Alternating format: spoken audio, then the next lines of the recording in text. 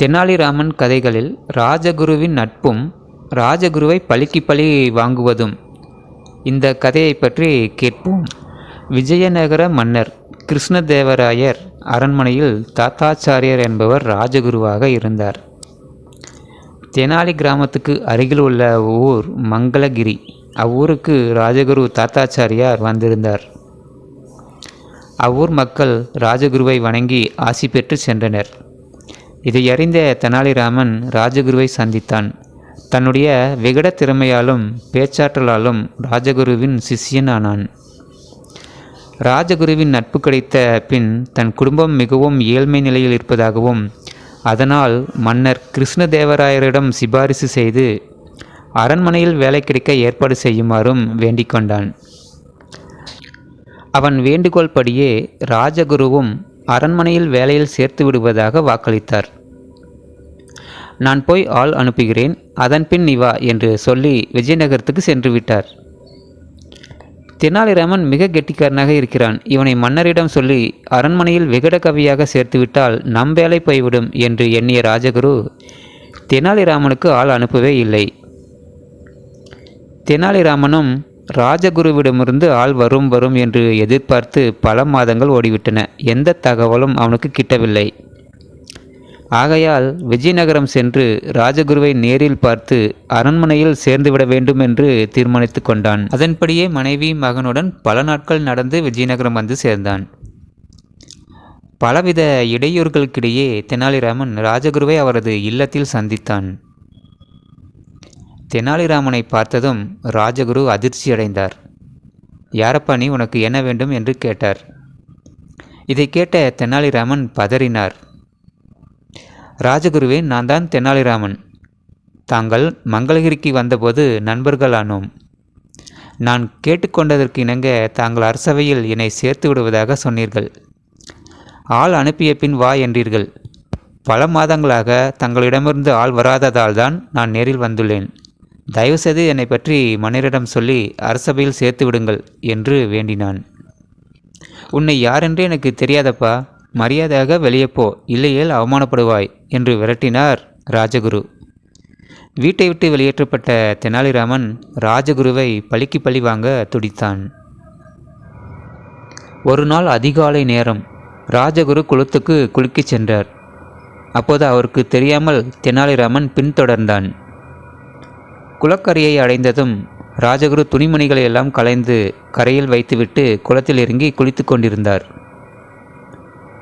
மறைந்திருந்த தெனாலிராமன் ராஜகுருவின் துணிமணிகளை எடுத்துக்கொண்டு மறைந்து விட்டான். குளித்து முடித்து கரையேறிய ராஜகுரு துணிமணிகளை காணாது திடுக்கிட்டார். உடனே தெனாலிராமன் அவர் முன் தோன்றினான். தெனாலிராமா, எனது துணிமணிகளை கொடு என்று கெஞ்சினார். அதற்கு தெனாலிராமனோ, உன் துணிமணிகளை நான் பார்க்கவில்லை, நானும் குளிக்கவே இங்கு வந்துள்ளேன், என்னிடம் வம்பு செய்யாதீர்கள் என்றான். தெனாலிராமா, என் துணிமணிகளை கொடுத்துவிடு, இன்னும் சிறிது நேரத்தில் நன்கு விடியப் போகிறது. இக்குளத்துக்கு பெண்கள் குளிக்க வந்து விடுவார்கள். உடனே என் துணிமணிகளை கொடு என்று மீண்டும் மீண்டும் கெஞ்சினார். அவர் கெஞ்சுதலை கேட்ட தெனாலிராமன், என் நிபந்தனைக்கு உட்பட்டால் உம் துணிமணிகளை தருகிறேன், இல்லையால் தர முடியாது என்று கூறிவிட்டான். என்னை அரண்மனை வரை உன் தோளில் சுமந்து செல்ல வேண்டும், அப்படியென்றால் தருகிறேன், இல்லை என்றால் தர முடியாது என்று கூறிவிட்டான். தெனாலிராமன் மிக பொல்லாதவன் என அறிந்து கொண்ட ராஜகுரு சம்மதித்தார். பின் துணிமணிகளை ராஜகுருவிடம் கொடுத்தான். உடையணிந்து கொண்ட ராஜகுரு தெனாலிராமனை தன் தோள் மீது சுமந்து சென்று கொண்டிருந்தார். இதை ஊர் மக்கள் அனைவரும் வேடிக்கை பார்த்து கொண்டிருந்தனர். இதை மன்னர் கிருஷ்ணதேவராயரும் உப்பருகையிலிருந்து பார்த்துவிட்டார். உடனே தனது காவலாளிகளுக்கு உத்தரவிட்டார். அதாவது, தோள் மேல் இருப்பவனை நன்கு உதைத்து என் முன் நிப்பாட்டுங்கள் என்று. உப்பருகையிலிருந்து மன்னன் பார்த்துவிட்டதை அறிந்த தெனாலிராமன் அவர் தோளிலிருந்து இறங்கி அவர் பாதங்களில் விழுந்து வணங்கினான். ஐயா, என்னை மன்னியுங்கள். ராஜகுருவை அவமானப்படுத்திய பாவம் என்னை சும்மா விடாது. ஆகையால் என் தோள் மீது தாங்கள் அமருங்கள், நான் உங்களை சுமந்து செல்கிறேன் என்றான். அவன் பேச்சை உண்மை என்று நம்பிய ராஜகுரு தெனாலிராமன் தோள் மீது உட்கார்ந்து கொண்டார். தெனாலிராமன் ராஜகுருவை சுமந்து சென்று கொண்டிருக்கையில் காவலாட்கள் அருகில் வந்துவிட்டனர். ராஜகுருவை நைய புடைத்து மன்னர் முன் நிப்பாட்டினார்கள். இதை பார்த்த மன்னர், ராஜகுருவை ஏன் அடித்தீர்கள் என வினவினார். அதற்கு காவலாட்கள், தெனாலிராமன் தோள் மீது அமர்ந்து இருந்தவர்தான் இந்த ராஜகுரு. தாங்கள் தானே தோள் மீது அமர்ந்திருப்பவரை அடித்து உதைக்க சொன்னீர்கள், அதன்படியே செய்துள்ளோம் என்றனர். மன்னர் ராஜகுருவை அழைத்து விவரத்தை கேட்டார். ராஜகுருவும் தன் தவறை உண்மையென்று ஒத்துக்கொண்டார். தெனாலிராமன் செய்கை மன்னருக்கு நகைச்சுவை உண்டு பண்ணினாலும் அவன் செய்த தவறுக்கு தக்க தண்டனை வழங்க விரும்பினார். ஆகையால் தெனாலிராமனை அழைத்து வர அரண்மனை காவலாட்களை அனுப்பினார். காவலாட்களும் தெனாலிராமனை சிறிது நேரத்தில் மன்னர் முன் கொண்டு வந்து நிப்பாட்டினார்கள். தெனாலிராமன், நீ ராஜகுருவை அவமானப்படுத்தி விட்டாய், மேலும் அவரை உதயம் வாங்க வைத்து விட்டாய். இது மன்னிக்க முடியாத குற்றமாகும். ஆகவே உன்னை சிரத்தேசம் செய்ய உத்தரவிடுகிறேன் என்றார் மன்னர். இதை கேட்ட தெனாலிராமன் தன் உயிருக்கு ஆபத்து வந்ததை எண்ணி வருந்தினார். அவன் தன் இஷ்ட தேவதையான காளிதேவியை தன்னை காப்பாற்றும்படி மனதிற்குள் துதித்தான். காவலாட்களும் அவனை கொலை செய்ய அழைத்து சென்றார்கள். அப்போது அவர்களிடம் தன்னை விட்டுவிடும்படியும் பணமும் தருவதாகவும் வேண்டினான். காவலாட்களும் பணத்தை பெற்றுக்கொண்டு அவனது வேண்டுகோளுக்கு இணங்கி கொலை செய்யாமல் விட்டுவிட்டனர். இனி இவ்வூரில் இருக்காதே, வேறு எங்காவது போய்விடு என்று சொன்னார்கள்.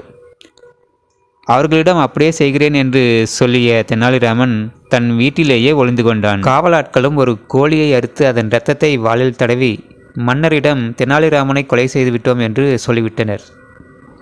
மன்னரும் இதை உண்மை என்று நம்பினார். தெனாலிராமன் கொலை செய்யப்பட்ட செய்தி ஊர் முழுவதும் தீ போல் பரவியது. அப்போது சில அந்தணர்கள் மன்னரை சந்தித்தனர். நியாயமாக ஒரு பார்ப்பனரை கொன்றது மிக கொடிய பாவமாகும். அவனது ஆவி தங்களுக்கும் நாட்டுக்கும் கேடு விளைவிக்கும் என்றனர். இதை கேட்ட மன்னர் கலங்கினார். இதற்கு பரிகாரம் என்னவென்று மன்னர் கேட்டார். அதற்கு அந்தணர்கள், அவன் ஆவி சாந்தி அடைய அமாவாசை அன்று நள்ளிரவு சுடுகாட்டிற்கு சென்று பூஜை செய்தால் நலம் என்றனர். உடனே மன்னர் ராஜகுருவை அழைத்து அமாவாசை அன்று நள்ளிரவு சுடுகாட்டில் தெனாலிராமன் ஆவிக்கு பூஜை செய்ய உத்தரவிட்டார். இதை கேட்ட ராஜகுரு நடுநடுங்கினார். நடுக்காட்டில் நள்ளிரவு நேரத்தில் பூஜை செய்வது என்றால் எனக்கு பயமாக இருக்கிறது என்றார். அப்படியென்றால் துணைக்கு சில புரோகிதர்களை அழைத்து செல்லுங்கள் என மிக கண்டிப்புடன் மன்னர் கட்டளையிட்டார். மன்னரின் கட்டளையை மீற முடியாத ராஜகுரு பூஜைக்கு ஒத்துக்கொண்டார். அமாவாசை அன்று நள்ளிரவு புரோகிதர்கள் சகிதம் சுடுகாட்டிற்கு சென்று பூஜை நடத்தினார்கள். ராஜகுரு பூஜையின் இறுதியில் அங்கிருந்த மரத்தை மேல் நோக்கி பார்த்து, தெனாலிராமனின் ஆவியாகிய பிரம்மராட்சசனே என்று பலத்த குரலில் அழைத்து, எங்களுக்கு ஒரு தீங்கும் செய்யாதே, உன் ஆன்மா சாந்தியடைய பூஜை செய்துள்ளோம் என்று சொல்லிக் கொண்டிருக்கும் போதே மரத்திலிருந்து ஒரு உருவம் பயங்கர சத்தத்தோடு கீழே குதித்தது. இதை பார்த்த ராஜகுருவும் புரோகிதர்களும் பயத்தால் நடுநடுங்கி அலறி அடித்துக்கொண்டு அரண்மனைக்கு ஓடினார்கள். அப்போது நடுநிசி நேரமாதலால் மன்னர் ஆழ்ந்த உறக்கத்தில் இருந்தார். இருப்பினும் மன்னரை எழுப்பினார்கள். நடந்தவற்றை நடுக்கத்தோடு கூறினார்கள். இதை கேட்ட மன்னர் இதற்கு பரிகாரம் காண ஆழ்ந்த யோசனை செய்தார். பின் ஒரு முடிவுக்கு வந்தார். அதாவது தெனாலிராமனின் ஆவியாகிய பிரம்மராட்சசனை ஒழித்து கட்டி நாட்டிற்கு நன்மை உண்டாக செய்பவர்களுக்கு 1000 பொன் பரிசளிக்கப்படும் என்று பறைசாற்றி அறிவிக்கச் செய்தார். இதை கேட்ட நாட்டு மக்கள் யாரும் பிரம்மராட்சசனை ஒழித்து கட்ட முன்வரவில்லை. சில நாட்களுக்கு பின் ஒரு துறவி மன்னரை காண வந்தார். மன்னரும் அத்துறவியிடம் தெனாலிராமனின் ஆவியாகிய பிரம்மராட்சசனை ஒழித்து கட்டும்படி வேண்டினார். இதை கேட்ட துறவி, மன்னர் பெருமானே, கவலையை விடுங்கள், பிரம்மராட்சசனை என்னால் முடிந்தளவு ஒழித்து கட்ட முயற்சிக்கிறேன். இது நிரந்தரமான ஏற்பாடாக இருக்காது. மீண்டும் தெனாலிராமன் உயிர் பெற்று வந்தால்தான் பிரம்மராட்சசனுடைய அட்டகாசம் சுத்தமாக குறையும் என்றார். அப்படியானால் தங்களால் மீண்டும் தெனாலிராமனை உயிர்ப்பிக்க முடியுமா என வினவினார் மன்னர். ஓ, தாராளமாக என்னால் முடியும் என்றார் துறவி. மன்னர் மகிழ்ந்து, தாங்கள் தெனாலிராமனை உயிர்ப்பித்து காட்டுங்கள், அதுவே எனக்கு போதும் என்றார். உடனே துறவி தான் அணிந்திருந்த வேடத்தை கலைத்தார். நான் தான் தெனாலிராமன், துறவி வேடத்தில் வந்தேன் என்றார். இதை அறிந்த மன்னர் மகிழ்ந்து தெனாலிராமனை கட்டி தழுவிக்கொண்டார். பின் 1000 பொன் பரிசளித்தார்.